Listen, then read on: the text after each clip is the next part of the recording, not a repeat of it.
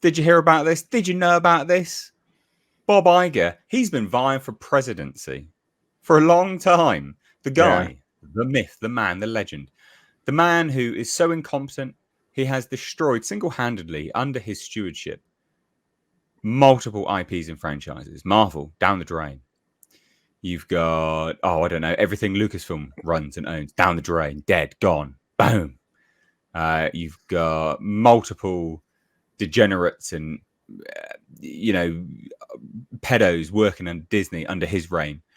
He's a deal maker. He's an awful individual and he couldn't organise a shit in a toilet or a piss up in a brewery.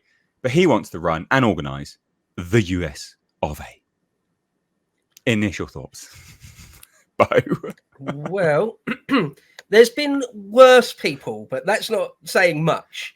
I doubt it will happen. I severely doubt it will happen. It's very, very hard to do the crossover thing from being sort of a named face, a celebrity, for want of a better expression, to being successful in politics. It's extremely rare. Of course, there's examples like Ronald Reagan, Arnie, of course, Trump being governor of California, and the Donald. Yeah. But it is rare. I mean, even Trump ran for president multiple times. I remember in the 90s, Trump running, and it just being a joke, getting nowhere near in the primaries, absolutely nowhere near. For the Democrats, incidentally, if anyone remember. But yeah, I doubt Bob Iger. However, Bob Iger is obviously backed by all sorts of things, the BlackRock interests and stuff. But I doubt it. If you look at the example of Bloomberg, he was not president, he was mayor of New York, and he tried to run for prez, I think at least once, if not twice. Again, just doesn't get anywhere because it's very, very difficult. You have to either be extremely, extremely popular like Arnie, or you have to do something politically a bit crazy, which is what Trump did. If you remember in 2016, Trump was just saying crazy stuff. He was just like making people like Jeb Bush look stupid, right? So it was a breakthrough thing. Trump is even to this day, in some senses, a protest vote, right? It's against the swamp. It's against the status quo. Well, Trump's transcended all sorts of boundaries. Trump's his own thing now. He's a beer moth in his own right now. But for someone like Bob Iger, unless he's just got the complete and utter backing of the entire Democratic Party establishment and stuff, which he might have, then who knows? But I doubt it. And again, going back in history, there's even more examples of different people that have tried to get in there, and it is actually extremely exclusive. It's a very small club, and very few people are in it, even including someone like Bob Iger. I suspect. That's my take. No, fair enough. Culture, what do you reckon? Just straight off the bat, we'll take a look at the article and kind of what the quotes were in a minute. But yeah, what do you reckon? Knowing well his history at trying to be president and considerations for president, and some commentary made around this article because I've had the blessing of reading it.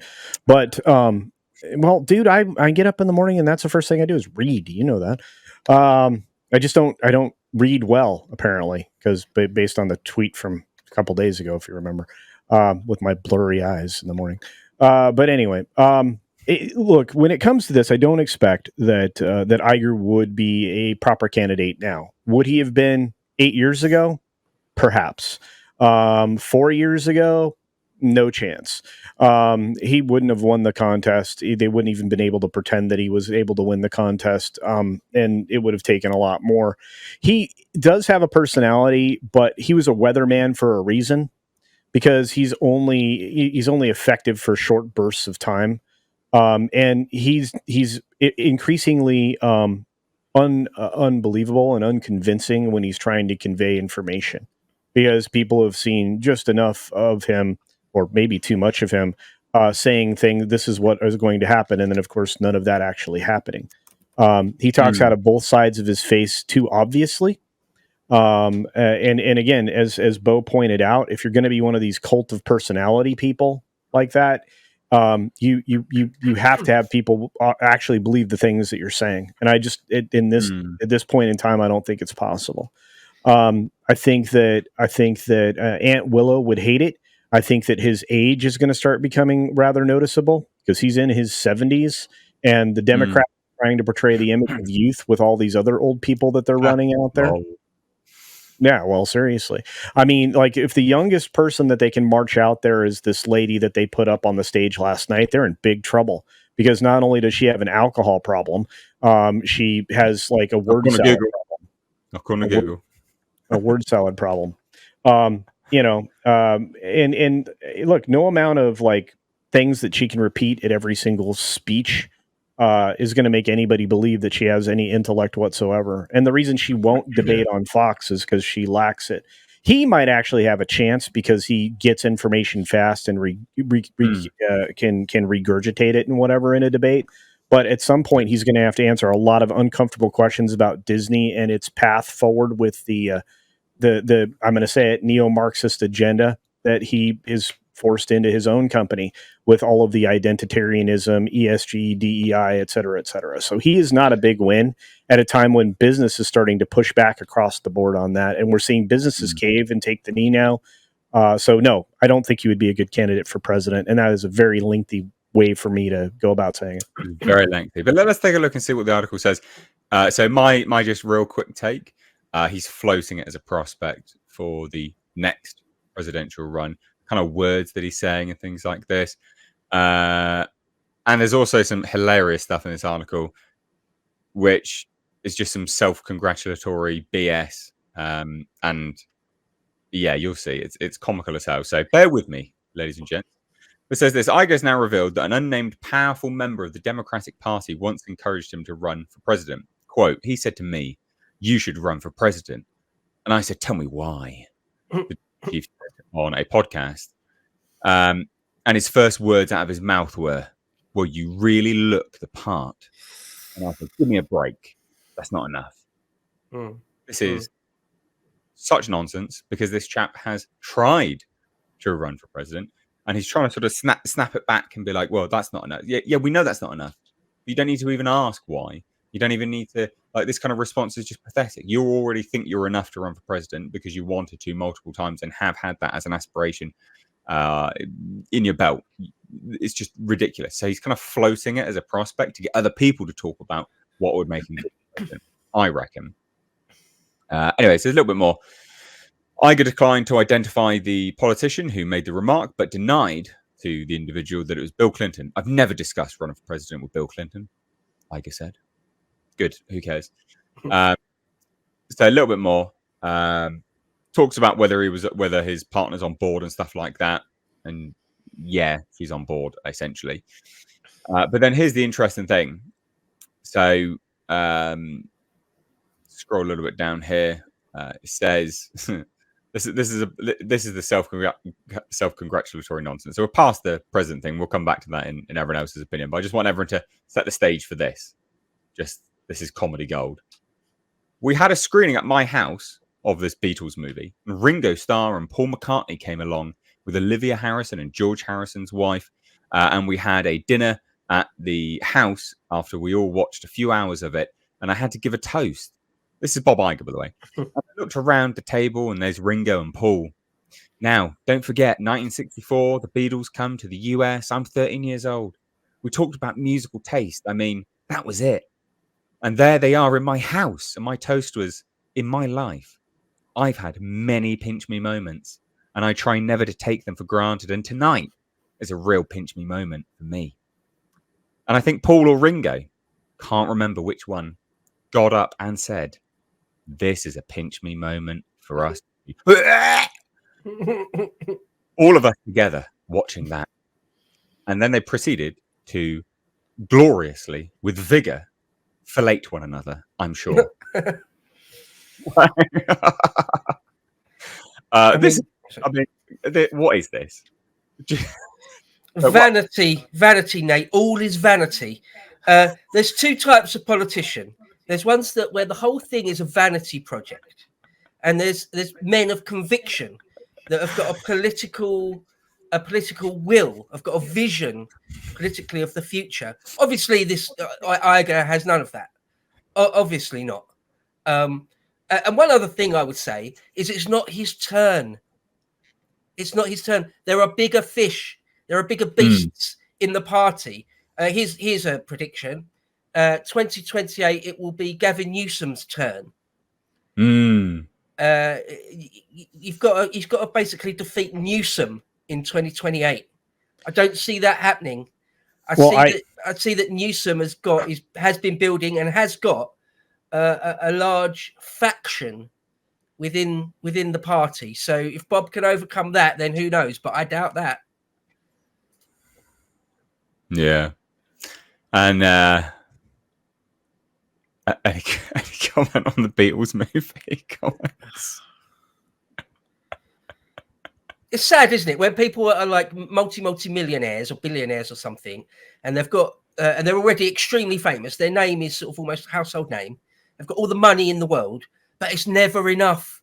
You have to be president and have to have been having dinner with Ringo and Paul, and let everyone know about it. It's really sad.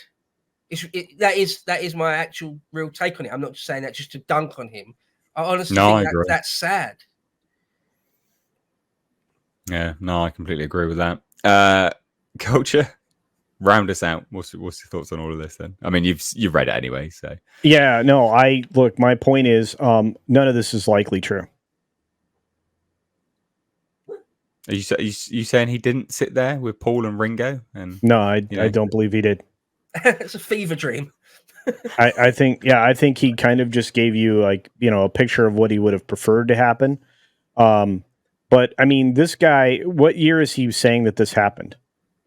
So this was around the actual film restoration itself. Yeah.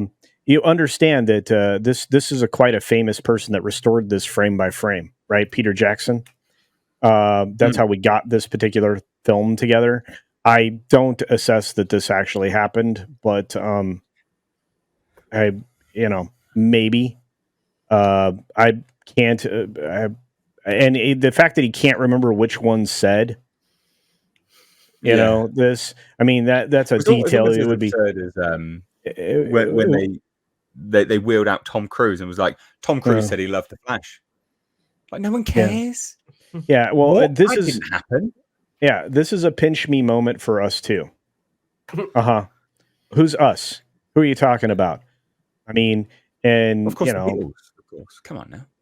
Yeah, thanks. Look, like I said, look, the credibility of this weatherman has fallen so steeply that I can't believe any of the things that he says because he talks out of both sides of his face. We're going to get rid of this divisiveness, but we're going to turn down the volume. Well, the volume's at full blast still, dumb idiot. Sorry, I was about to say bad words. But anyway, it is what it is. Speaking of it is what it is. Well, we'll move on from this first. All right. Okay. So, cool. Perfect. Weatherman, more like Weather Underground Man. He probably was. That's an old. We don't actually have a super chat on this. I was just about to miss it. So, Israel asks, super chat $5 over on Streamlabs and says, "Hello, Hcast. If Iger does step down as CEO to pursue politics, would that also mean that his contract is completed? How would that impact Marvel and Lucasfilm?" Not at all. They're working triple time. They're working triple time on getting his successor picked. They've actually finally, after announcing it 7 times, working forward on getting rid of him. Finally, he's desperate, or I forget what it was described as, but he's desperate to get out of the CEO job. He's obsessed. That's right. Yeah. I picked the wrong adjective. I'm sorry. He's I had this great legacy at this company, and I came back and I continued to push in all this agenda, and now the company's running into the foul stench of the sewage that it's become, and everybody is stepping away and not liking me very much, or any of the ideas that are showing up from these neo-Marxists we put in this Story Matters group as far as the theme parks go. So it is what it is. Look, you said we were going to talk about politics. I'm throwing politics out. I agree. Well, we'll move on from this now. Israel, it won't affect it at all because they'll still be awful. So yeah, you still have all the studio dumb butts in there. Everyone's still there. Makes it crap.